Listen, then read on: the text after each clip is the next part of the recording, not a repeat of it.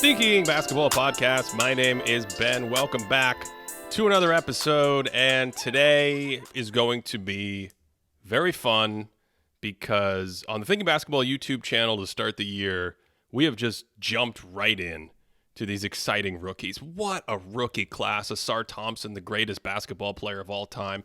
Chet Holmgren, Victor Wembanyama, and many more. And Cody, one thing I'm just loving about this year, there's a lot of fun things happening in this season. The NBA Cup is heating up. Tomorrow's Friday. There's another set of games. Teams are going to get eliminated. But you get that early season excitement with young players making a leap, taking a jump. And so I've gotten the rookies out of my system. And now my gaze is turning a little bit toward those second-year players, those third-year players, those random fifth-year players who all of a sudden are putting it all together. I want to talk about guys who are potentially going to be most improved player candidates this year. A couple episodes ago, we did our ballots for, what did we do? Did we do Defensive Player of the Year? Yeah, we started with defense, yeah. Yeah, defense, and we're going to come back and try another one. I don't know how many more we're going to do, but I liked the framing exercise as a way to talk about some of these players, and certainly this episode was also inspired by a player on my ballot where, we're just talking about him, we're talking about someone else, we're talking about their team. Let's see if we can couch this entire thing in who's taking the leap this year, who are the most improved players, who's going to be there at the end of the season. It's a little tricky at the end of the episode when we try to predict the ballot, because there are narratives involved, right? And there are historical precedent. They don't love to give most improved player to a second year player. We talked about this a couple years ago with Luka Doncic. Remember that? No, I don't. I was going to ask you philosophically how you feel about giving MIP to a second year player, because I know some people are really staunchly against it, and I didn't know where you sat with that. I usually like to give I admit this is weird. I'm not saying everyone should do this, but I like to give most improved player to the player I think improved the most. That's why it's a strange. No, it's weird because some people they just think the second year player automatically is moving up the aging curve, but I don't think it's anything automatic at all. And so in the case of, I think it was the 2020 season, Luka ended up finishing second or third. Mm-hmm. But if you remember, that was the year, I think at the end of his rookie year, you could argue he was a top 50 player. He was a really good player as a rookie. But the difference between that and jumping to even an all-star, and he jumped into top 10 conversations, and he had one of the best age 20 seasons or whatever it was of all time. I think you and I have talked about some of the best young seasons ever in that Luka season. I just don't get taking that for granted. I sort of, that's where I come from. So I don't think there's anything sort of wrong about grading the second year players on a curve. But for me, when I think about who's going to take the leap, second year, third year, fourth year, it doesn't matter. I don't think we should take any of it for granted. And when you come back and you're incredible in year two after year one, I think we're seeing it with the last few draft classes. You can't just automatically assume that your second year improvement is going to make you way, way, way better. How do you feel about, we just talked about Luka. He jumped from maybe a top 50 player at the end of his rookie year, and he jumps up to a player that's approaching however good he ended up being. Is it kind of like the scalability curve here? Do you award someone, for lack of better terms here, do you reward somebody for going from good to great, as opposed to being this bench player is all of a sudden a rotation player, or this eighth man is now a starter? Do you measure all of those equally, or do you care if you make that higher jump more? Well, I think I'm a little more impressed going from a +2 to a +4 than going from 0 to +2. Would you agree with that? Okay. Maybe? Maybe? Okay, well, I think because the other part is actually more important to me, which is you actually see more differentiation a lot of the time for players who, in Luka's case, if you're a top 10 player in the league, you're a power mover. This is not a sort of an even distribution we see in basketball. Those guys move the needle. They change everything. They give you championship equity. You can build a team around them. So oftentimes what happens is you go from a neutral player to one of the best players in the league. You might be 5 points better per game or something like that. And so the only way to even touch that is be literally one of the worst players in the league and then jump up to become like an average or above average player. So I just think oftentimes when you go from that, like, I'm a top 50, top 80 player to being a top 15 player, an all NBA player, a MVP candidate, I think you actually grow more than any other player. So that's the other part of that second year tax that a lot of voters give that I don't always love, because I just don't think you should take it for granted. But that's just me. I agree with what you're saying in general, but and I don't want to go too much into it right now because it relates to somebody that's going to score very highly for me. You have a second year player high on your ballot? No, I was going to say what you were saying about like the increases from like a 0 to a 2 for a 2 to a 4 is like if you go from whatever you're at to a point where like you can now give your team some kind of like functional direction. I value that pretty highly, right? So even though you're not like an MVP level player, it's like, oh wow, you've like created yourself, you've turned yourself into this player that can give your team a little bit more structure. And I think I value that a little bit more, even if you're still like just kind of molding yourself into a role player. That specific role might be really important to your team's overall direction. So I think that might be a specific instance where I'm like, I might lean towards this a little bit more here.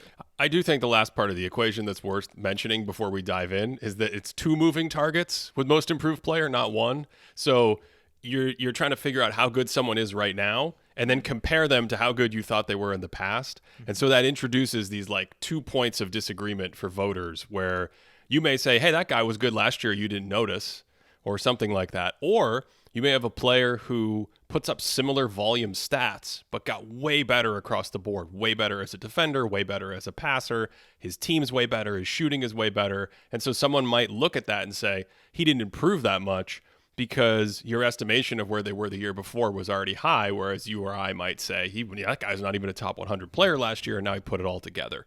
That kind of thing makes it really fun. So let me just, as a refresher, because I wanted to look this up myself, talk about who won the last couple years before we dive in here. In 2021, Julius Randle won in a landslide.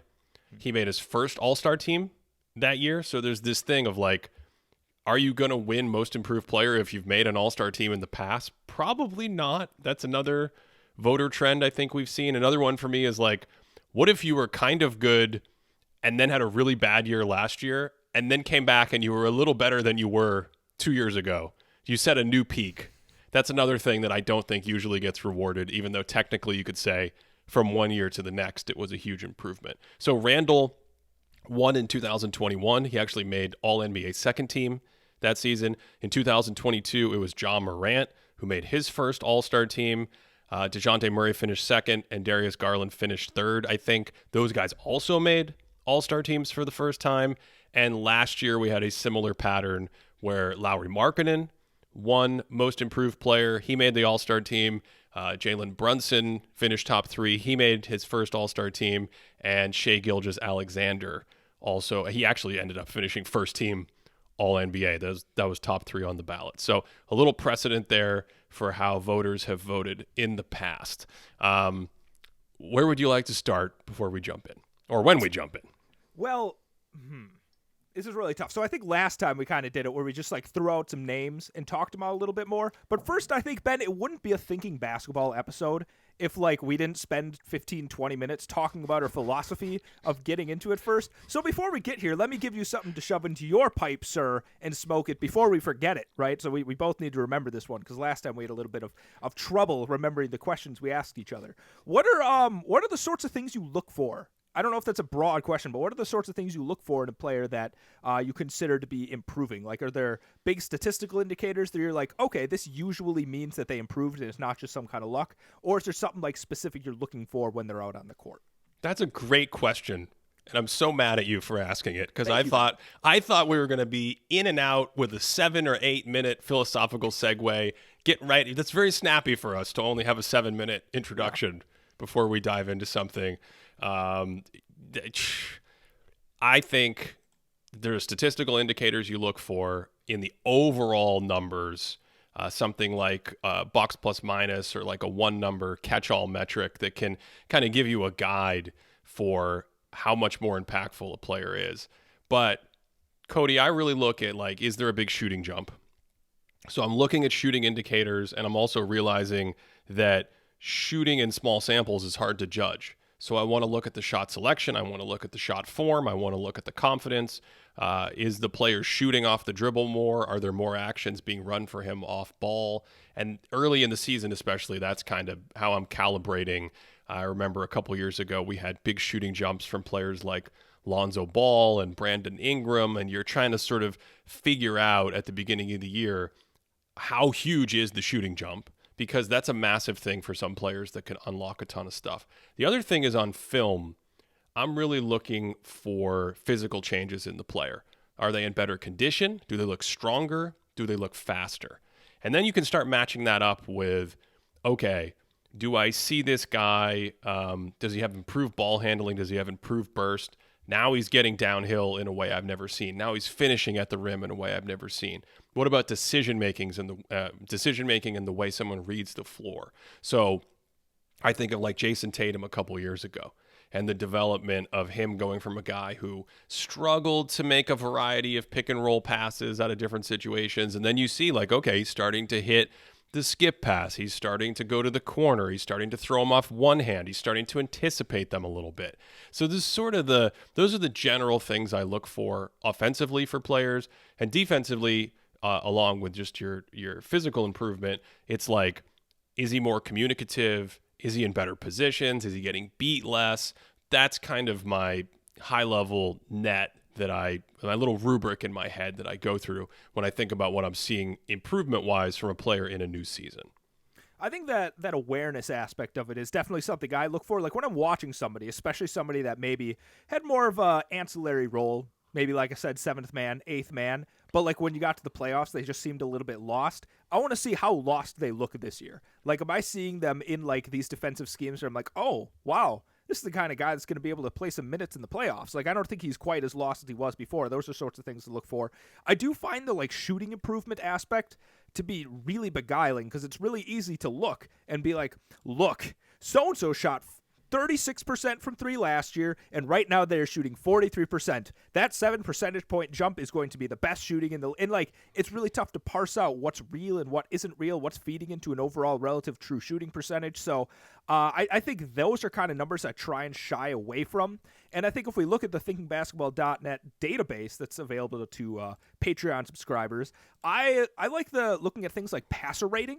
Stuff that's trying to capture like passing ability or even box creation. How many more opportunities are they creating for their teammates? And obviously I'm not just taking that and being like, oh, look, they jumped up this many points, but it gives me something to be like, hey, I'm going to go check this guy out and see if he's actually passing a little bit better. Is he making these reads better on the court? So I think it goes both ways. I start with the film and go to stats, and sometimes I'll see a stat and be like, really? Is he that much better? And then go check it out for myself. So I guess it's kind of, it depends on where I am and what I'm looking at when I'm scouting these guys. Yeah, that's a great point. And specifically with something like passing, when you are looking at that, guards that are young usually have like higher turnovers.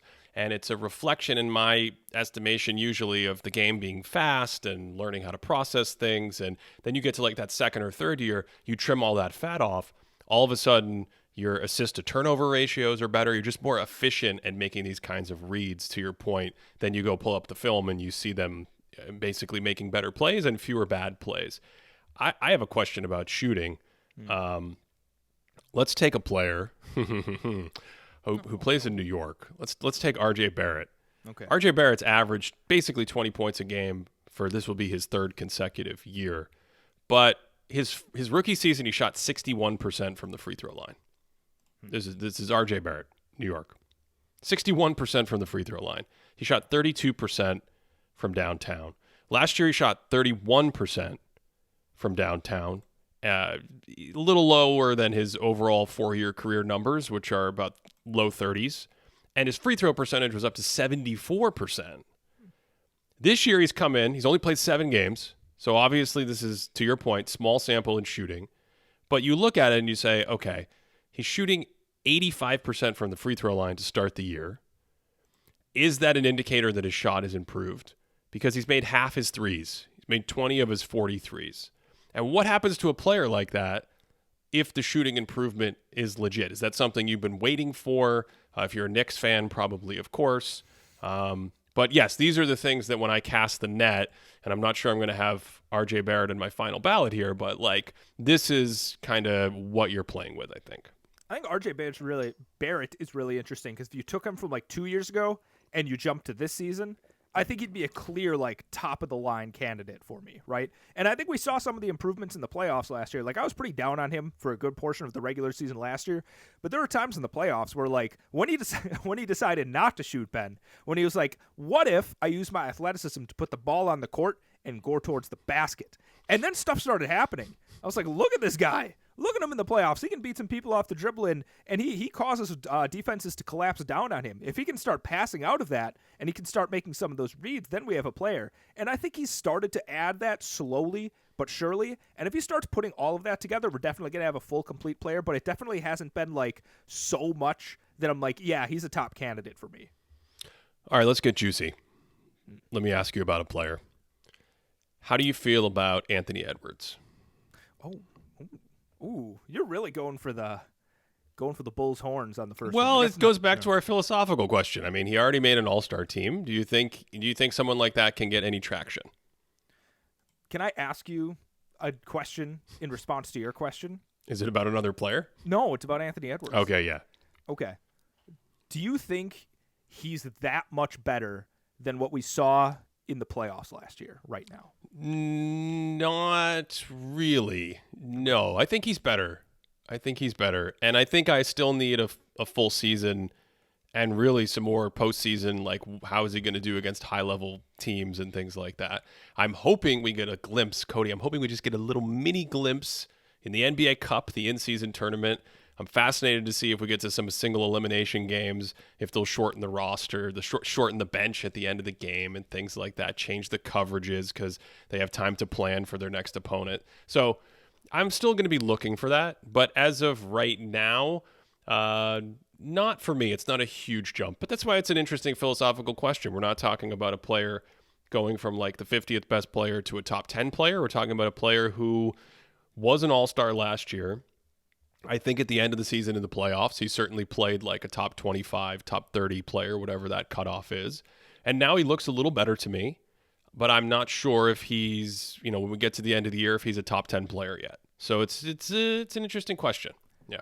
I'm not going to tread the ground too much because I talked about it a little bit last episode, but while he has improved a little bit more, I do think there are a couple key places that are like capping his ceiling right now, right? Mostly the like decision making on offense, not going into hero ball mode, and then some of those passing reads that I still want to see him make. And I don't think I've seen him make much of a jump at all in either of those, right? And I'm sure somebody's going to send me some like, check out this kick out pass that Anthony Edwards threw against so-and-so. And I'm like, great, good. That's a wonderful little pass. That's great. But like the fact of the matter is he still goes into his nice 19-foot pull-up jumper. And sometimes I'm like, I just want to see him go into it, look at the rim and be like, not this time. Not this time. Oh my. And then go make a different decision. And then once I see that starting to happen more and more, when I see some of the fat being cut out, then I think I'll be a little bit higher. But here's the thing about fat, Ben. Fat adds flavor to your cooking. So it's okay to have a little bit of fat. Like your best player can get in a little bit of that pull-up mid-range game, but it can't be your whole thing. You can't eat a whole meal of fat, man. You can't eat a whole meal of fat. Is this going to be a weekly rant from you about Anthony Edwards' shot selection? I think so. Speaking of we can't eat fat, like things are just different, Ben. Like I heard that one of my grandfather's favorite like desserts was he would just like take the fat left over from the meat and just eat it, like the gristle. Yes. And just eat that. Yeah, that's fantastic. This is great. Smoking and drinking and eating the fat killed him at 96 finally. So healthcare. What are we talking about? I don't know where you're going. I just want to say that Anthony Edwards. I have seen some clips of a little improvement in the area you're talking about, and Mike Conley, I believe the report is that Mike Conley has been working with him on some of the reads, playmaking reads, pick and roll reads, and I have seen a couple of critical plays. I think he had one late in the Celtics game. I'm trying to remember. Maybe it was a totally different game. Maybe it was the Nuggets. I think it was the Nuggets now. I'm getting the game. All the games, Cody, are bleeding together. They're all the same game. You know what I'm talking about? Like the Sixers last night played the Celtics, but they also played the Bucks, and they lost to the Suns, who beat the Lakers. And do you remember when Jokic hit the shot at the end of the game? They were all on the court at the same time. All that is to say, I do think I do think there's been a little improvement there. And going back to what I said earlier about Tatum, it'll be really interesting to see by the time we get to the playoffs if he's able to pick teams apart, not at the level of the best players, but like they throw different coverages at him and he's able to say, this is when I need to drive to the hoop. This is when I need to take one of my juicy, gristly 15-footers that Cody loves when I take. And this is when I need to find a way to create an opening for a teammate and get a kick out. That is something that I am looking for with him. Absolutely. I'm glad to hear that you think you see a little bit more. I'll keep an eye out for him, but maybe even just a little bit more. Okay, I have been waiting this entire time, maybe like 20 minutes, can I just say someone who's on my ballot? Can I do that? Oh, you're going to start with, okay, hit me with a ballot. Or do you just want me to say names and then at the end I will tell you who I'm going to put on my ballot? This is really interesting. Maybe we just say names. I think we just say names and at the end we put the ballots. Okay. So start mixing in some ballot names and just don't even tell me. We'll assume that none of them are until the end. Terry Porter. I just want to say, we'll just say names. Yeah. Listen. When is that episode coming? Because I will drop everything and do a full Terry Porter breakdown. Okay. I want to ask you, I just want to talk about Jalen Johnson. Can we just talk about Jalen Johnson for a little bit, please? God, I was so glad you brought him up. I'm so glad you brought Jalen. Go ahead. Cook. Okay. So, Jalen Johnson. This is a dude that he plays for the Atlanta Hawks, by the way, if people are wondering who we're talking about. Came on in the playoffs last year, now is in the starting lineup, and Cody's going to tell you how he reminds me a little bit of a modern Robert Horry. Go ahead. You like that one? Yeah. That's a really nice one. Yeah. So I think what's really interesting about him is he still watches roll out on the court, and that is his role, is he sets a lot of screens, and he rolls a lot. But now something he's getting it a little bit more, that three-point shot, Ben, you can trust it a little bit more. You actually have to go out and cover it, right? He's going to be a weapon out there. Also, you close out on him, he can put the ball on the floor for a couple of dribbles. You know, he's not going to like blow through any kind of defense and cause any kind of craziness that way, but he can take a couple of dribbles and make a nice little pass once in a while. It's just a little bit more of an expanded role. Along with Ben, I think the thing that's almost impressing me the most is defensively. He just looks like he belongs. Like, you have Clint Capella going out and maybe like hedging against a pick and roll or something. Jalen Johnson slots down by the rim. They don't lose any size. They don't lose any vertical athleticism.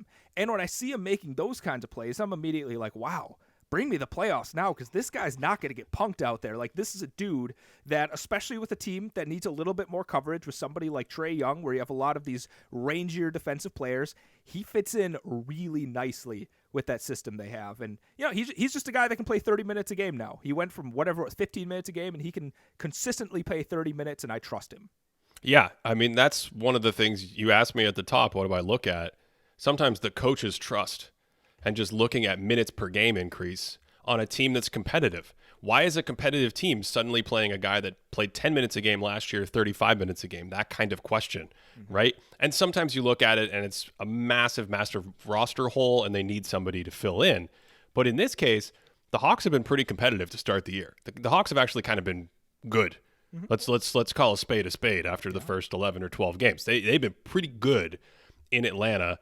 And Jalen Johnson last year played 15 minutes a game. He had this moment at the end of the year I think it was the play-in tournament and maybe a little bit in the Celtics series where he had this unbelievable rebounding and offensive rebounding. I think it was in the play-in game. He had a bunch of offensive rebounds down the stretch and just looked great physically.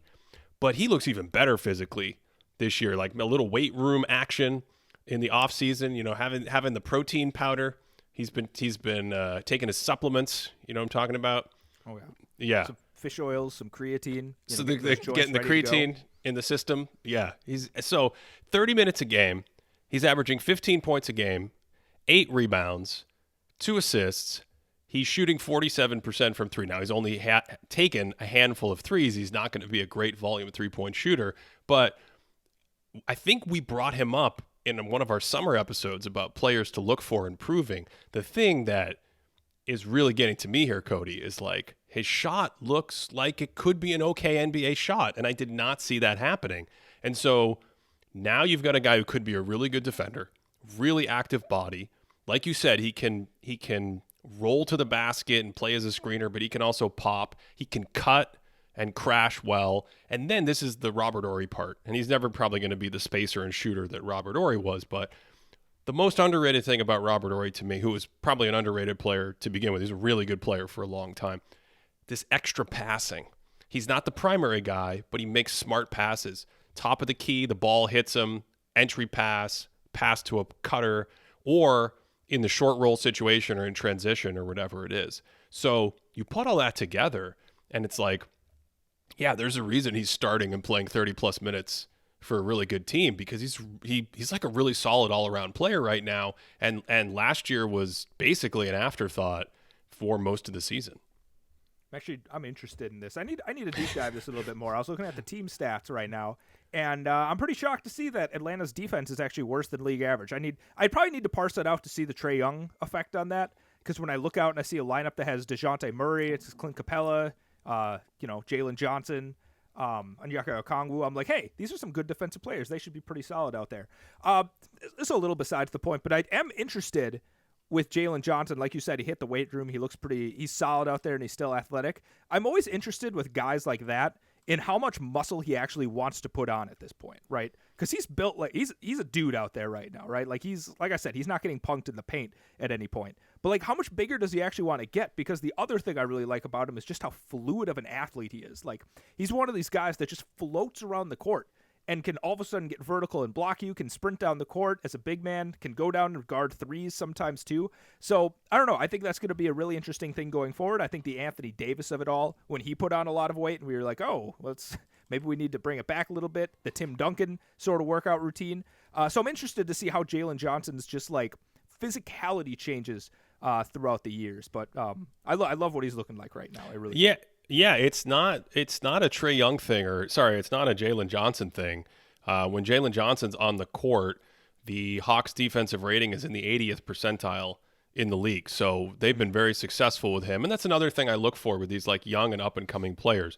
Very small sample so far, but it is always nice to see that positive on-court value. Like when you're on the floor, your team does really well. In the case of Jalen Johnson early in the year, when he goes to the bench, Hawks don't do as well. Cody, when he's on the court with Trae Young, they have a 108 defensive rating. When he's off the court, when Trae Young's off the court and Jalen Johnson's out there, the Hawks have a 108 defensive rating. So this will not be pinned on Jalen on my watch. How about that? Okay. No, yeah. I was wondering if it should be pinned on Trae, but I like that on-off without Trae Young. So that matches what I was seeing, because whenever I watched them play and he was on the court, I'm like, this is a solid defense. What's going on here? So I think it's probably safe to say that he's going to be coming up later in our conversation. Do you want me to bring up a player, Ben? Yeah, go for it. I'm ready to end the episode now that we've talked about Jalen Johnson. I'm crossed my T's and dotted my I. Go for it. I'm going to swing for the fences on this one, because I think this is a hot player. Simmer down now. Where are you going? Where are you taking us? Okay. This is a hot player, Ben, because he actually finished top 5, top 6 in most improved player last year. And I want to know if he's made a jump again. What do you feel about Tyrese Halliburton? See, he's already an all-star last year. So I'm very confused, because I do think he started the season better. Let's put it that way. Do I think it's a huge jump? Am I looking at Tyrese Halliburton right now and being like, this guy's a fringy MVP candidate or something? Not quite yet. But of course, I've been telling you, the Pacers are like a sneaky little team. You have. Yeah, so how do you square that circle? I don't know, because Tyrese has been really good, and I think he is pretty integral to what they do. The pace and the passing and the way he's shooting. Now, here's what's weird about it, Cody. Let's get philosophical again. I love it. Okay. Tyrese's game last year, I don't know from what I've seen in the small early part of the season that he's like added anything new. I feel like he just got more Halliburton-y. He's like, you know what I need to do? I need to do even more pull-up threes and more sidestep threes, and I need to pass even quicker. You guys thought the outlet pass in under a second was fun? How about an outlet pass in under half a second? Let's play that way all the time. 3-point shooters, I need to hit you all the time. It just feels like he's dialed up the essence of himself. He's Tyrese extract. That's what he's done this year. It's almost like, I'm going to say Steve Nash's name, but I don't actually mean to compare them. But part of me was, when I was watching him and I was thinking about Halliburton, I was like, okay, is the fact that their offense is just better this year and the spacing of the system allows him to look more successful out there. But then I'm like, well, what if this is like a 7 seconds or less kind of situation where the system runs so smoothly because Tyrese Halliburton is so Tyrese Halliburton? He's his own extract, like you said. But I'm glad you brought up the snappy. Like, this man has to be the quickest passer in the league. Like he'll like extra pass, he catches it, and he like shows it off by putting his hands away sometimes. It's like, putting it back in the holster. It's like, whoops, where did it go? It's just really fantastic to watch. The on-off, Ben, plus 22.7 net on-off for the team. Whoa. Yeah, those are some Jokic-type numbers out there. They have, I don't know, are they still the second best offense in the league? Or, the third best offense in the league? I'm trying to scroll this right now, but I'm dealing with the internet, so this is they are in the top. They are in the top 3 in offense. Yeah, They're number 1. You're not slowing down that Pacers machine, Cody. You're not slowing it down.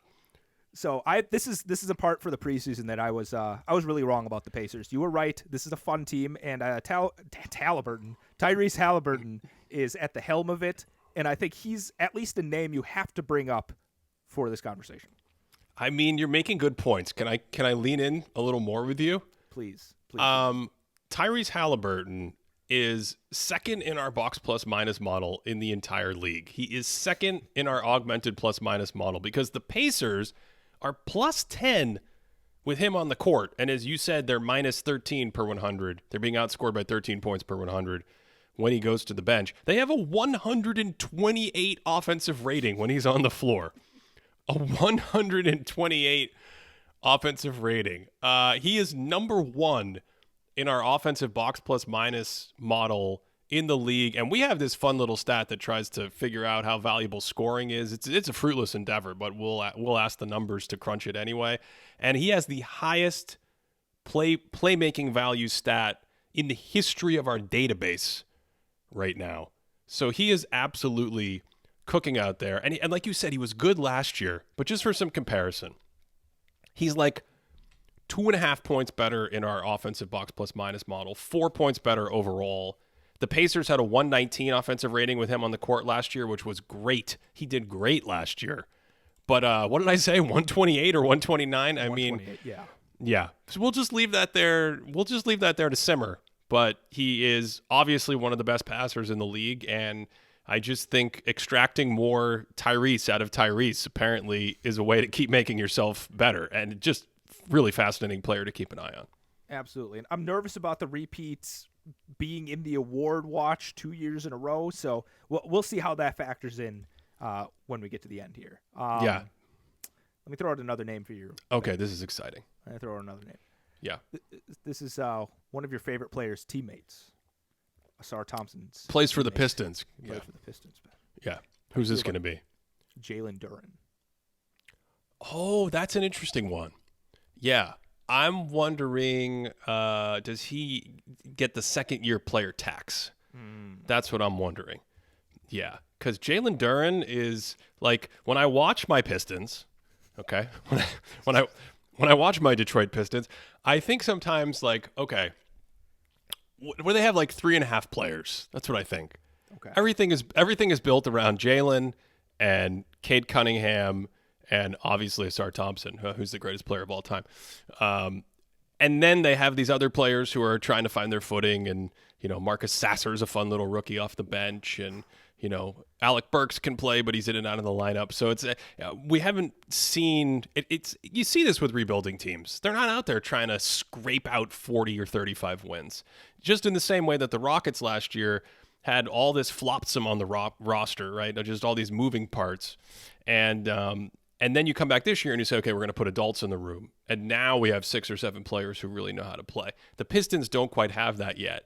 And so does that mask how good Jalen Duren is? Does it make him look a little better because the team isn't competitive? I don't know the answers to these questions, but I do know that when I watch my Pistons, he's good. Like he's so young. Has he not even turned 20 yet? It's amazing. It's amazing. Yeah. No, I was thinking, I don't know who he was playing the other day, but he was like 19. He was posting up against someone who was like 36, and I'm like, oh wow, this is like twice his age out there right now. The thing about Jalen Duren is like the improvement that we haven't seen. I don't necessarily think we will see it, just from the evidence of his career, is he doesn't space the floor at all. right? He's not somebody that you're going to trust with a jump shot at any point, but that doesn't mean you can leave him alone, okay? Because especially if he gets the ball, what I've liked a couple times, see, he dribbles a little bit. He can get a little fancy with the dribble, and not only that, Ben, he passes, not a lot, right? Not just because he doesn't get a ton of opportunities to pass. Like, I'm not calling him a ball hog or anything. He's just not in that situation very often.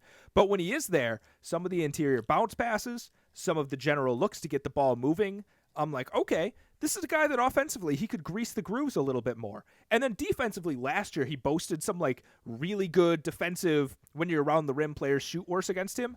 But I also thought positionally, not great stuff all the time. Right? I thought guards could pretty easily get their body into him, kind of throw him off, finish. He wasn't deterring players from really getting to the rim. And I'm seeing a little bit more awareness this year, right? A little bit more. And you're just going to, people out there, you just got to trust me a little bit on this one, right? I don't know if any kind of numbers are going to bear it out, but he looks a little bit more aware on defense. And I think all of those together, as a 19-year-old, I'm like, this is a starting center that I trust on a day-to-day basis.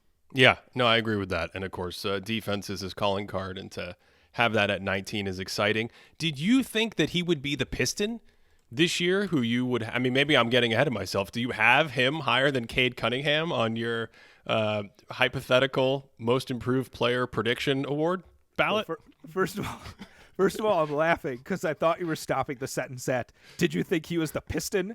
And I was like, maybe every team should award someone on their team like the mascot name. Like, who is the Piston this year? Who is the Cavalier? So I think every team needs to award the team player this year. So I don't know. I did not think he was going to be the Piston. I thought Cade Cunningham would have more of a jump.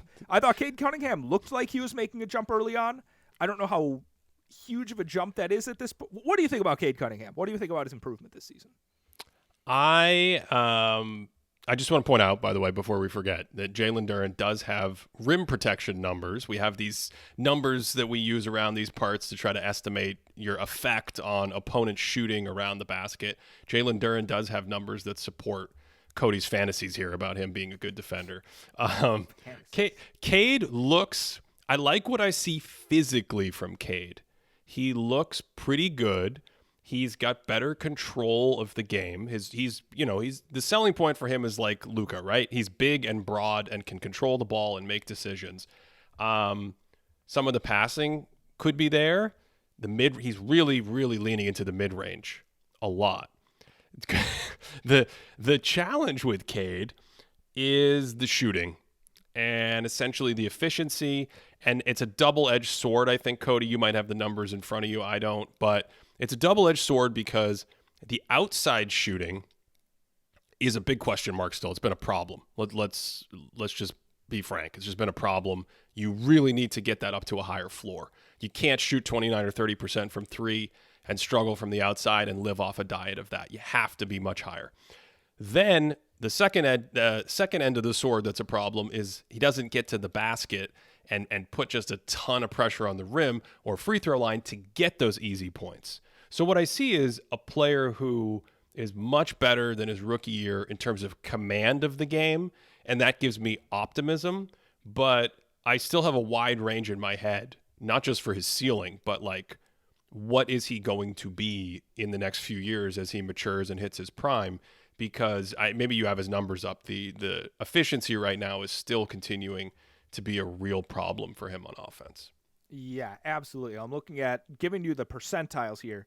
This season, his mid-range field goal percentage is 40th percentile, shooting 39% on 93rd percentile volume. Yep. So he's taking a ton of them relative to the rest of the league. His 3-year or his wide open 3-point percentage from this year and his previous season, 32%. Just 15th percentile. Not good stuff, Ben. Yeah. For somebody, this is the challenge when you have a guy whose main skill on offense is passing the ball, is creating for other players, right? It's kind of like the Rondo problem, where like if you're not going to be able to put that much pressure offensively on the other team, you're capped at how much you're actually going to be able to create for people. Because at a certain point, teams are going to be like, well, we just want you to shoot the ball, right? We're not going to give you the opportunity to like create these better shots for these players. And honestly, I don't know if I've seen things that make him like that good of a passer that he can kind of, outweigh these shooting woes. But I got to say, isn't he shooting like 87% from the free throw line this year. So I'm not really sure what's going on with the jump shot and the free throw. So I'm not sure what's up with him. Yeah, 88% from the line. And he's taking a ton of mid-rangers, and he looks comfortable, and the shot looks better, and so I'm not selling it at all. I'm not punting and getting rid of my stock at all. It's still a lot of questions up in the air. He gets to the basket area plenty because of that size, but his true shooting percentage at the basket is in the 35th percentile. It's under 50% on his drives. You don't want that at all. So yeah, I don't know. Big questions there. Can I ask you about one of his draft classmates? Another third-year player. What year was he even drafted in? Was he 2021? Yeah, 2021. Yeah. Honestly, if you gave me like 5 minutes to guess anyone else, I couldn't come up with it. I'm drawing a blank. Is Scotty Barnes on your radar? Oh, Scotty Barnes is on the radar. Scotty Barnes is a big, just a boop, Scotty B. boop, right? He's out there, right? You can definitely see him. I think the question with Scotty right now is how real is that jump shot? Because not only is he hitting it at a higher percent, like it's not an enormous percentage. He's not a knockdown 3-point shooter, but he was bad, and now he's just like a little below average. But he's doing it on significantly more volume from the 3-point line, right? He's nearly doubled, not quite doubled the amount of 3-point attempts per 100 he's taking from last season. But honestly, Ben, the thing with Barnes is just like the movement. Right, there's something about him, kind of like we were talking about with Jalen Johnson. It's not quite the like strength that Johnson has, but it's like the fluidity around the court, right? Like he's moving into spaces more that helps him get these secondary passes that he's so good at. It helps him defensively, where he is just an absolute tear. Oh my God, I thought this guy had a high motor last year. This year he's blowing it out of the water. They're like, he's starting over here and he's like, oh my God, someone in the opposite corner, and he sprints over and it's like there's no way he can get to it. But like a Scotty Barnes charging at you has to do something to your psyche when you're taking that shot. So yeah, just a few different areas where I'm like, this is the kind of improvement I expected to see last year from Scotty Barnes. Yeah. I completely agree with everything you just said. I think we can move on. I mean, I have nothing more to add. I was even going to say, like, it's the Jalen Johnson thing all over again, even down to how real the shot is, because it's not just the shot. He looks great physically. He's got a little more burst. He's moving well. He hasn't necessarily been just like in the weight room. He's been working on that. Like, I have a sprint coach and I know how to get out of the blocks faster. That kind of thing. And then the command of the game, putting them on ball and making the decisions, they're better to me than they were last season. But again, it's a philosophical question of like, can you take a player that was that good as a rookie or considered that good as a rookie, was on everyone's radar last season, and without him, like, I think the All-Star game is the big thing. I think if he makes the All-Star team, then he's going to be on everyone's radar for most improved player. I think if he misses the All-Star game, without having like a huge jump in some of the raw numbers, because I think his raw numbers are fairly similar. They're in like the same ballpark-ish. He was 15 points a game last year, and he's at 21 right now. But if he were to hold this and make All-Star, 21 points, 10 boards, 6 assists, I think that would hit everyone's radar pretty hard. Yeah.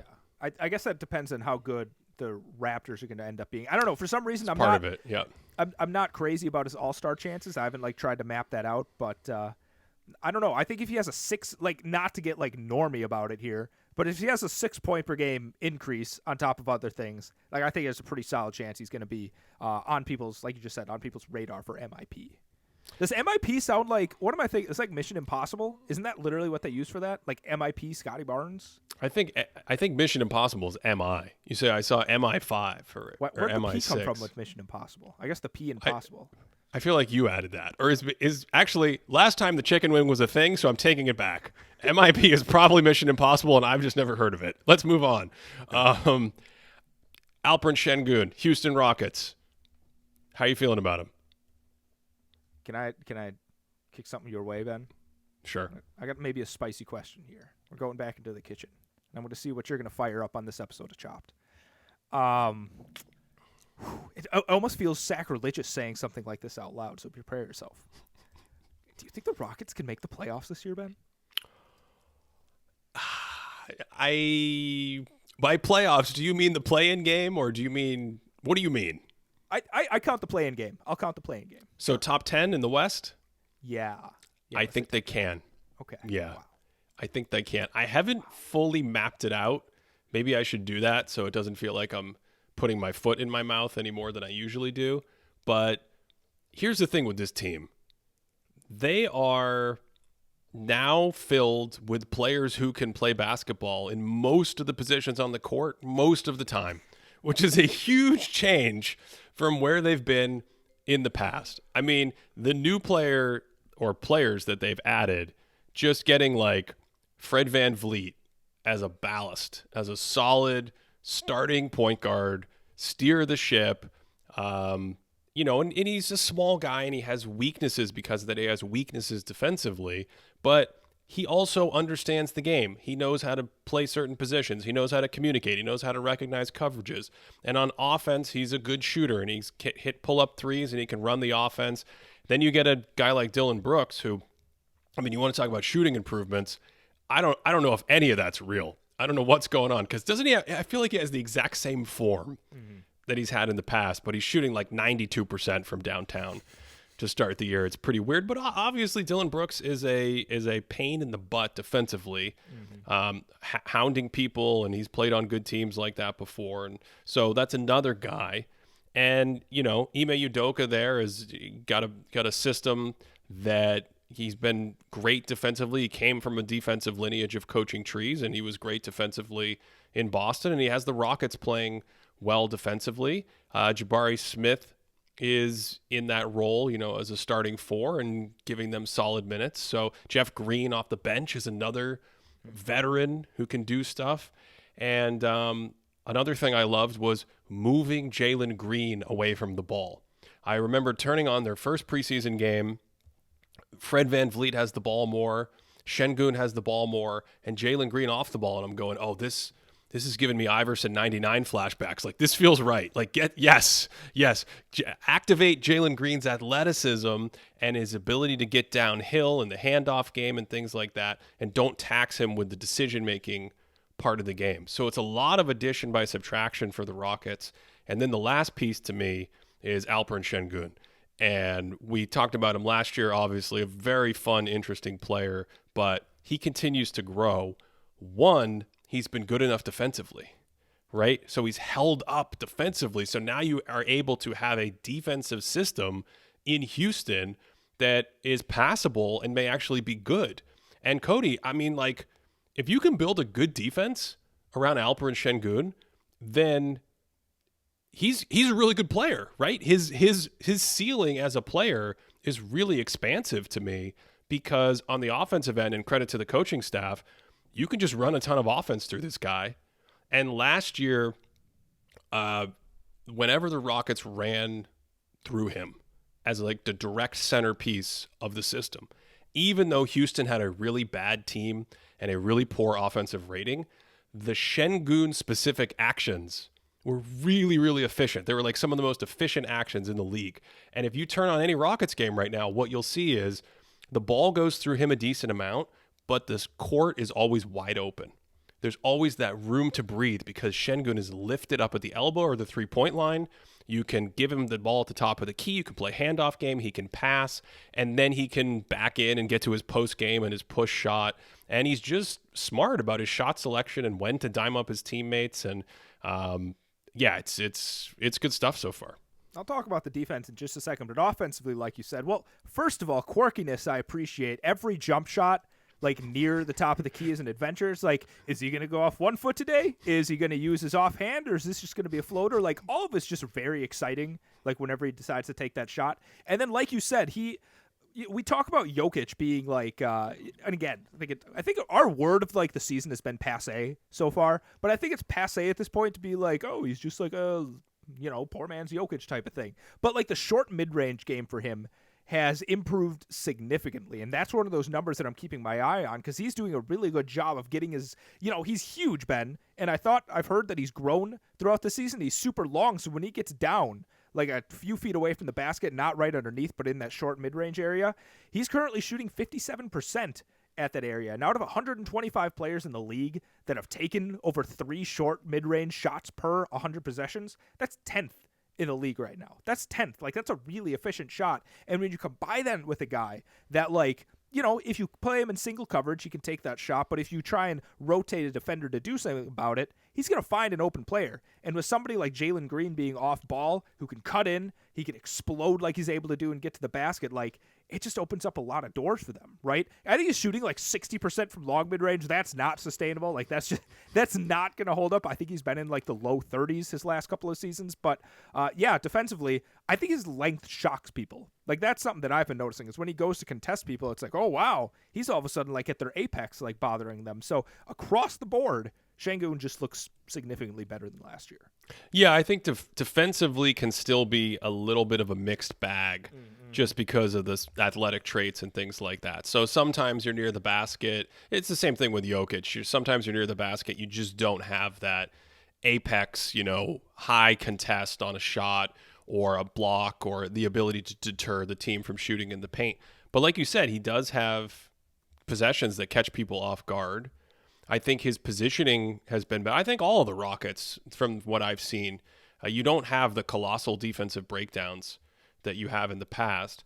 And then on the offensive side, to your point, when you make the comparison to Jokic, there are obvious things there. You know, last year we did the whole Bizarro Jokic thing. But I think what's more important, what's more instructional, is the archetype.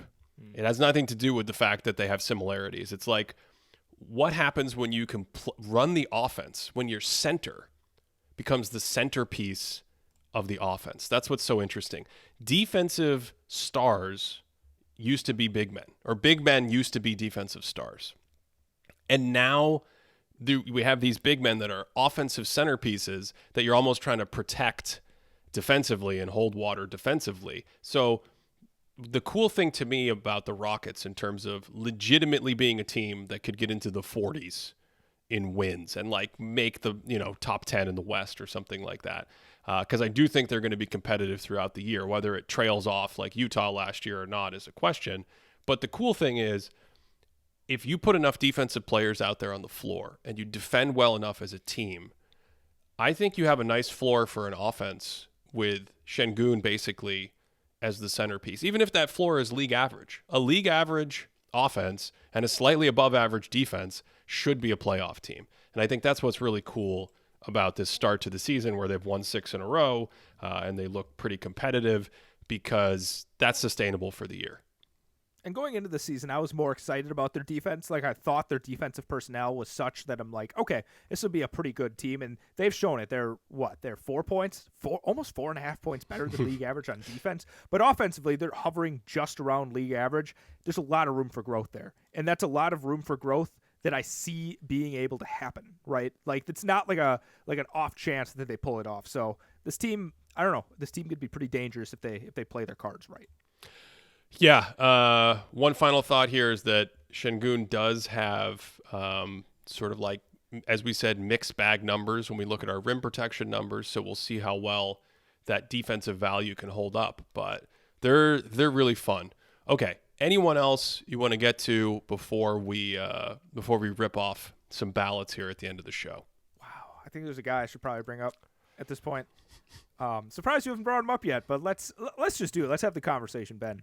Our second Tyrese of the conversation. How do you feel about Mr. Tyrese Maxey, Mr. 76er? He would be the 76er of this year, by the way. Like, he's an example of somebody that would win that award. So how do you feel about Tyrese Maxey? Has he been playing well?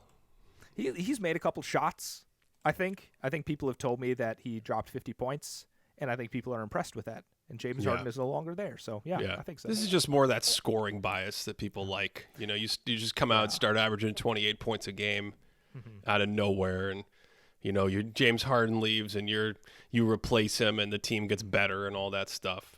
He doesn't try like anywhere else. He's not really doing anything on defense. He has no passing vision. It's just all just the scoring game is blinding people. So let's do our ranking. This is Maxey? Yeah.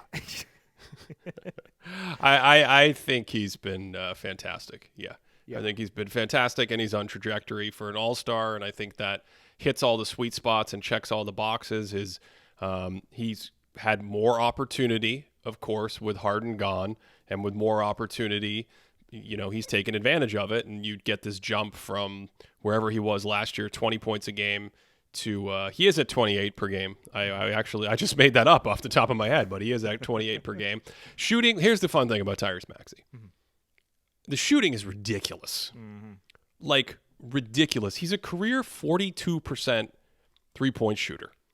If you look at our board, it's not like off the charts, Steph Curry, the best shooter ever, but 39% on pull-up threes over the last 3 years, that's in the 86th percentile, and 44% on wide-open threes, that's in the 87th percentile. He has good volume on those. He can hit mid-range shots. Obviously, that floater game is a huge part of it. So downhill speed, floater game, the shot, the confidence, the quickness to get them off. And then I think Nick Nurse has helped quite a bit. We may have some more content on that coming up because that offensive system is just more fluid, it's more dynamic, and I think it's made things easier for him and taken advantage of some of his strengths, and he's been really good. Yeah.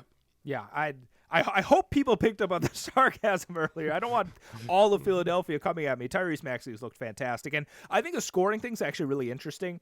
And the thing about numbers this early in the season, why I held an embargo for so long, but I'm dabbling in it a little bit more, is he actually scored more and in higher efficiency in the with Embiid minutes last season than he is this season, and that includes that's just the James Harden is off the court last season numbers, right? So it was just Maxey and Embiid scored more and on higher efficiency, and they had a higher net rating, right? But I think the thing that's really boosting his scoring this season is when Embiid is off the court right now.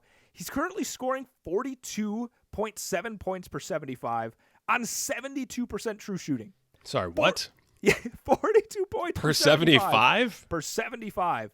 It blew my mind. I double-checked it like 500 times. I'm sure it's changed because I think they may have played yesterday, so I think I checked it before that game. But that is absurd scoring. Like, this is a guy that, I think initially when I was really excited about him last year, what I really liked is his ability to fit next to other high-end offensive players, right? And he could catch the defense off guard, and then he could just, like, dart in there and score. But now he's, like, the guy initiating a lot of that action. And I don't know, one of the actions that they're doing, they do this little, like, this pitching action, Ben.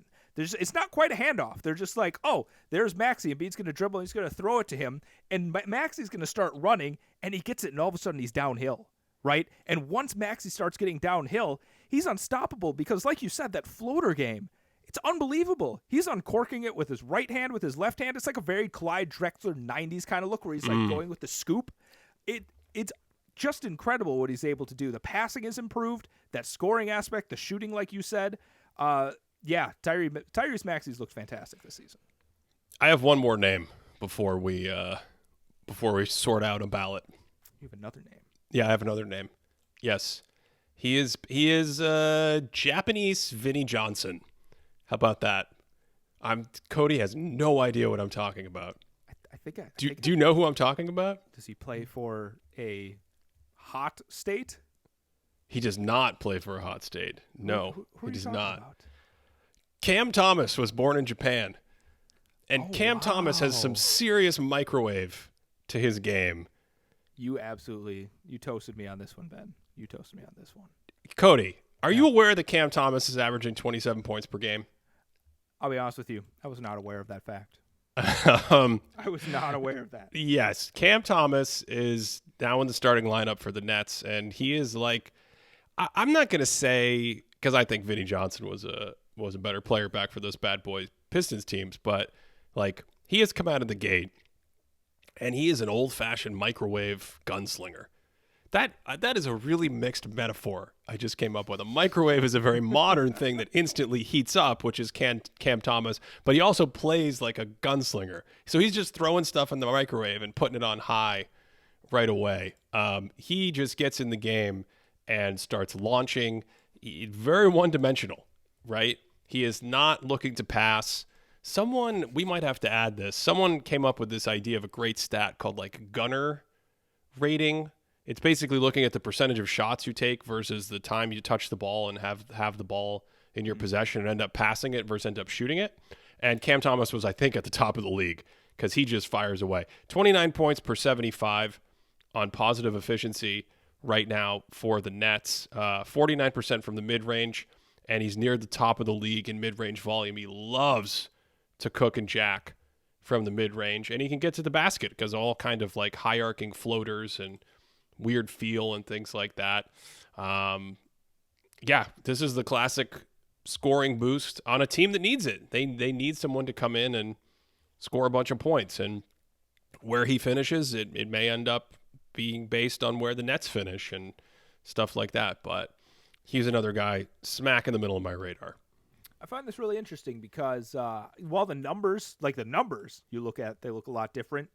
But I'm like, does he look that much different from last year?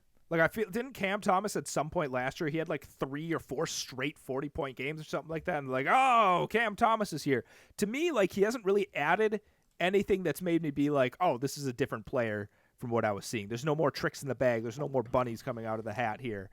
So he wasn't quite on my radar when I was looking at players. But he shoots more. Yeah. And he puts the ball in the basket more. He does more of the Cam Thomas things. It's the Tyrese Halliburton corollary. Okay. Yeah. Yeah. All right. I think we've teased it long enough, Cody. Okay. Let's figure out your ballot. Let's hear it. Have I changed your mind on anything today? What's it going to be? This is a really cocky sounding thing, Ben, but I almost changed my mind on something here today. I'm really struggling with my 5th spot. Can you remind everyone of the scoring rubric that we will be using? Yes. When the powers that be come to get our receipts at the end of the year. That's a great point. So how this is going to work is Ben and I are both going to predict the top 5 placers in most improved players. That's going to happen at the end of the season. If we guess the winner correctly, we get 5 points. Okay? If we guess anyone else in their proper position, we get 3 points. And if we guess just somebody that generally lands in the top 5, like if we say they're going to be number 5 and they end up being number 2, we get 1 point for that. So that's our scoring system for this little exercise we're doing. Okay. Are you ready? I think I'm ready. Yeah, I'm ready. Okay. I'll start us off. At number 5. Wait, we do it one order at a time? Is that how we do it? Like I do 5 and then you do 5? Yeah. And then 4, let 4, me, 3, 3. Let me bring up the ballots. You know what we also forgot to do? I have a giant note here that says remind people. When we did the Defensive Player of the Year ballots, yes, right after we went off air, Cody and I were talking. I did not like my ballot being similar to his, and he granted me a change. He allowed me to swap out Draymond Green, and I booted him out, and I put Evan Mobley in the exact same place. So we should document that for anyone trying to come back and tell me how wrong I'm going to be in 5 months, which is only 5 months away. You don't have to wait that long. Okay. And it was like right away, people. Like the episode ended, we said our goodbyes, and then like 5 minutes later I got a text. It's like, I made a mistake. Can I have an Evan Mobley on my ballot? So this is good. We're okay with it. Yeah. No, Cody was nice enough to grant it. And it happened right after that episode. So, okay. Number 5 for me, I am going to go with my guy, Jalen Johnson, at number 5. Okay. Yep. I'm going to go with my first instinct here. I'm going to leave someone off that's going to hurt. For number 5, I'm doing a different Jalen, and I'm doing Jalen Duren at number 5. Okay. I like that. I wonder if, I would like to see a defensive player get props like that. That would be great. The whole Detroit of it all makes me a little bit nervous. And Ben, we can talk about it a little bit more, Ben, so I'll jump ahead because my number 4 is actually Jalen Johnson. My number 4. Yeah. Okay. I just think this is a guy that's going to leave a nice taste in people's mouths because he's, fantastic throughout the season. And I know it doesn't factor into it, but we're going to see a little bit more from him in the playoffs. And that actually doesn't factor in at all, Ben. Forget that I said that. That was a dumb thing to say. That's a dumb thing to say. That's when you know we're near the end of the show. Okay. This one's hard for me. I like my top 3. I'm not sure about this one. I think I'm going to go Scotty Barnes at number 4. Okay, you're going Scotty Barnes. Yeah. I think the whole All-Star and where the Raptors thing throws me a little bit, but he looks really good. He looks so good. We're right next to each other, Ben. Scotty Barnes is number 3 for me. Okay. Scotty Barnes is number 3 for me. Everyone knows what's happening. You're just this is like the chess when you play 9 chess grandmasters at the same time, but you just play them against each other and you make it look like you're playing them. Cody's just waiting for my move, and then he's moving it against. Okay. It's the Price is Right. The Price is Right strategy. I'm just going to go one above you. Okay. I'm going to do it, Cody. I'm going to do it. I think the big points per game, the New York market. Yes. I'm going Cam Thomas, number 3. Yes. Okay. Oh my Yes. goodness, you're putting him at number 3. Yep. Good. Yep. I'm so happy for you. I'm so glad that we have a different name on here. That's great. You can't copy me anymore. I did that. No. I did that just to throw you off. At number 2, I have Cam Thomas. That's a joke. What did we just say? We talked about number 3. You have Jalen Duren, Jalen Johnson, Scotty Barnes. Yep. You're running out of Jalen's to use in the league. There's only 11 more people named Jalen. Okay. Number 2, Ben. Going Alperen Şengün for number 2. Okay. I'm so mad right now. So mad, Cody. Because you So want to put mad. him at number 2.